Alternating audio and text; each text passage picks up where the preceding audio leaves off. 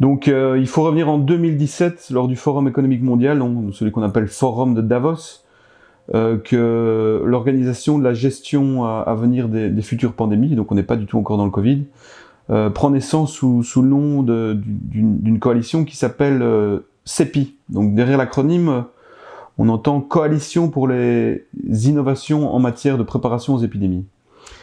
Donc derrière l'acronyme, on a des États comme la Norvège, le Japon, mais aussi la fondation Bill et Melinda Gates, ou encore le Wellcome Trust. Donc Wellcome Trust, c'est une fondation caritative médicale qui est la plus riche du monde, après celle de Bill Gates. Donc on est purement dans du partenariat public-privé, hein, du PPP, comme on l'appelle classiquement, qui est fortement soutenu explicitement par l'OMS pour accélérer le développement d'un vaccin. Bill Gates, qui est le principal mécène de l'OMS, lui-même dira à propos des vaccins qu'ils sont le meilleur investissement qu'il n'a jamais fait. Derrière le CEPI, c'est intéressant parce qu'il y a beaucoup de Belges. Donc il y a déjà Peter Piot, qui est directeur de l'école d'hygiène et de médecine tropicale de Londres, mais qui est belge, et Paul Stoffels, qui est directeur scientifique de Johnson & Johnson, donc une multinationale pharmaceutique. Et eux, ils sont deux piliers de la CEPI. La CEPI, c'est quoi? On trouve des organismes comme le Gavi, Inovio, la fondation Bill et Melinda Gates, ou encore Moderna.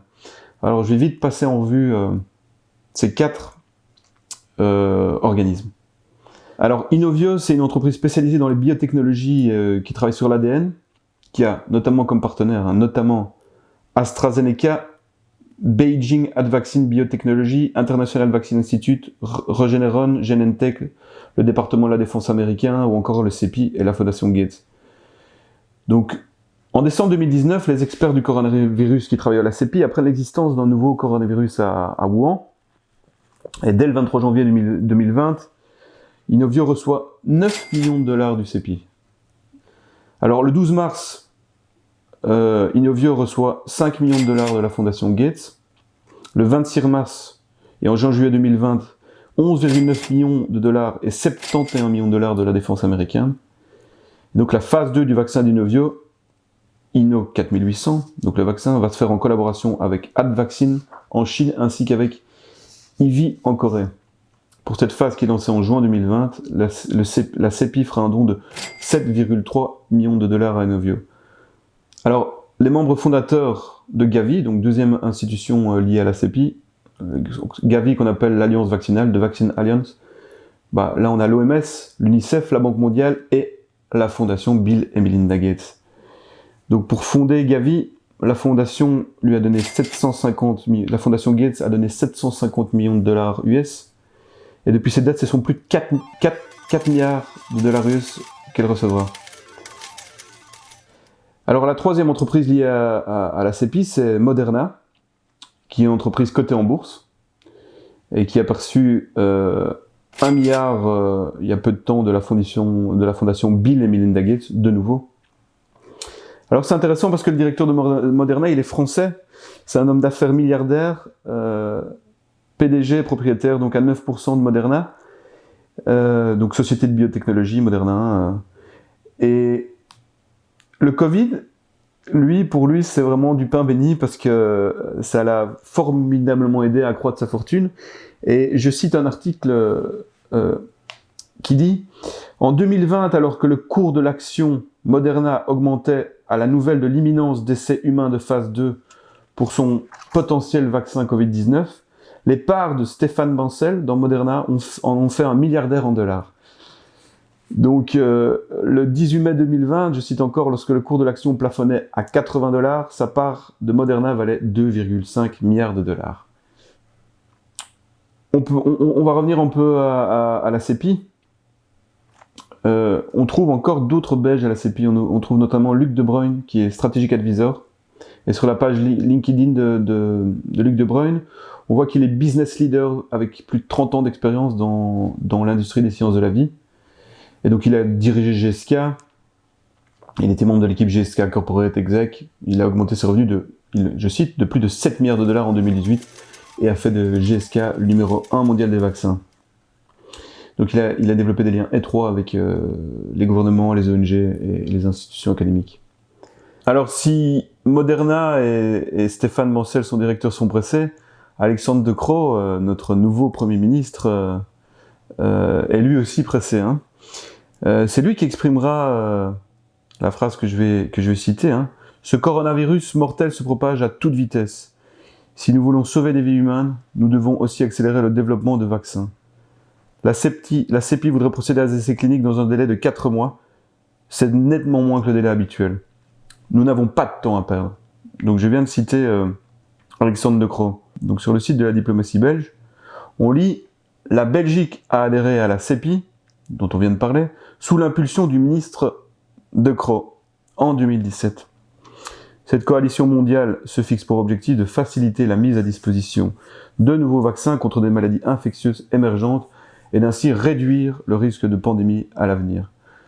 La coalition lancée à Davos en 2017, avec Bill Gates en maître de cérémonie, hein, on le voit vraiment au centre de la photo de famille, on l'a vu, est formé d'énormément de gens qui viennent du monde pharmaceutique privé, GSK notamment, et tous les autres, mais Moderna, comme on a cité, Gavi et d'autres. Il y a beaucoup de choses qui se passent au Forum économique mondial, hein, et d'ailleurs Alexandre De Croo en sait quelque chose, puisque lui, déjà en 2013, fut nommé vice-président du Conseil de l'agenda mondial du Forum économique mondial sur le vieillissement, en 2013, hein, il y a 7 ans.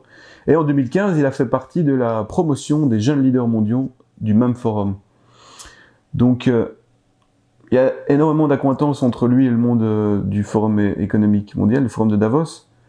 Et c'est intéressant parce que le 20 octobre, sur le site du Forum, on trouve un article qui cite les propos de Alexandre De Croo à la conférence de presse du 15 octobre. Donc 5 jours plus tard, le 20 octobre, le Forum économique sur son site cite Alexandre De Croo, comme si les propos d'Alexandre De Croo étaient une preuve du réel, et il le cite en disant « La situation est sérieuse », donc traduit en anglais, « elle est pire que le 18 mars, lorsque le confinement a été décidé », alors que il s'est avéré que les propos d'Alexandre De Croo étaient tout à fait faux. La situation épidémique n'est vraiment pas plus grave au 18 mars, au 15 octobre qu'elle l'était au 18 mars. La CEPI, elle est largement subsidiée par la fondation Bill et Melinda Gates, on l'a vu, mais elle a également reçu 5 millions d'euros du gouvernement belge. Donc on voit que l'argent public se retrouve facilement dans des structures comme celle de la CEPI, transféré à des plateformes comme GSK Cover, et donc on en vient avec de l'argent public à subsidier le privé, hein, comme ça arrive souvent. Ça nous rappelle un peu le cas de Pascal Lizin, hein, qu'on avait déjà décrit dans un article, qui était à la fois président de la Société fédérale de participation d'investissement, hein, l'acronyme SFPI, un organisme belge qui décide des investissements qui vont être faits dans certains secteurs, et qui, Pascal Lizin, était aussi directeur chez GSK, comme principal responsable du lobbying. Et donc la SFPI, comme par hasard, avait décidé d'élargir en 2012 ses priorités stratégiques, et parmi les opportunités d'investissement, de travailler avec Vesalius Biocapital.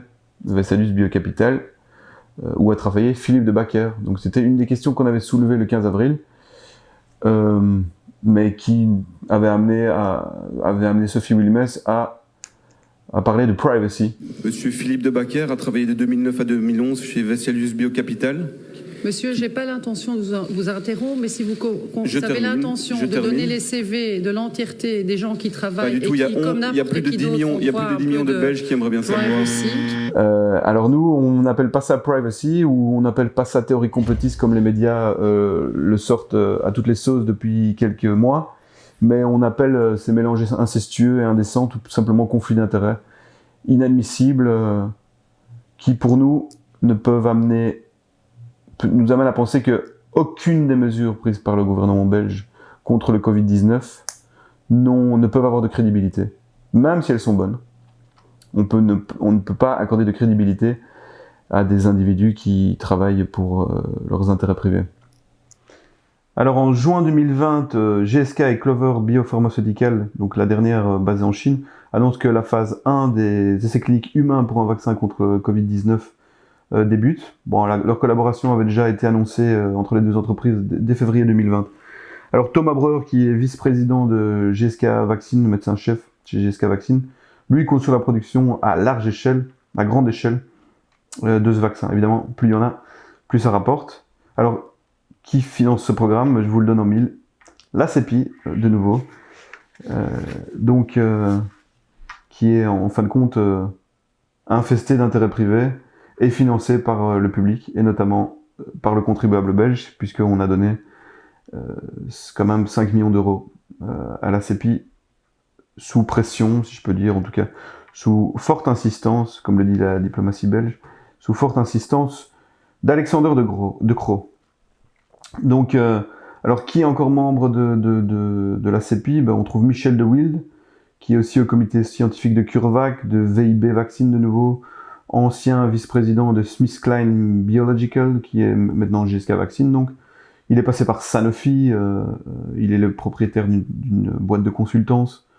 Alors CureVac, on s'y arrête juste un peu. Ce qui est intéressant, donc CureVac, voilà, Michel de Wilde est à CureVac. C'est juste pour dire que CureVac, c'est de nouveau une boîte qui se présente comme un service aligné sur les intérêts de nos actionnaires, si on va sur le site.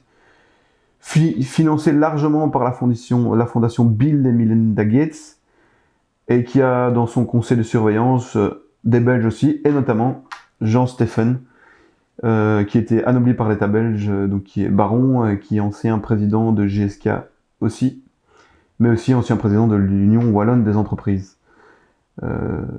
Donc, lui, il a également été président de B6, Bone Thérapeutique, Vaccidon, Nanosil, etc., etc. Je terminerai juste par dire que les médias ne diront rien de tout ça.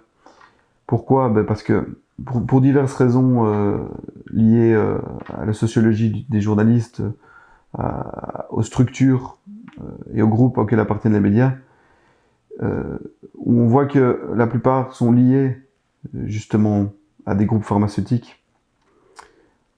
Rien que le soir, par exemple, est entré dans le capital de la société belge Red Pharma. Il y a peu, Red Pharma conseille notamment GSK, Sanofi, Roche, Nestlé, Johnson & Johnson, Merck, etc., etc. Donc, si vous avez la nausée, ce n'est pas le Covid, rassurez-vous.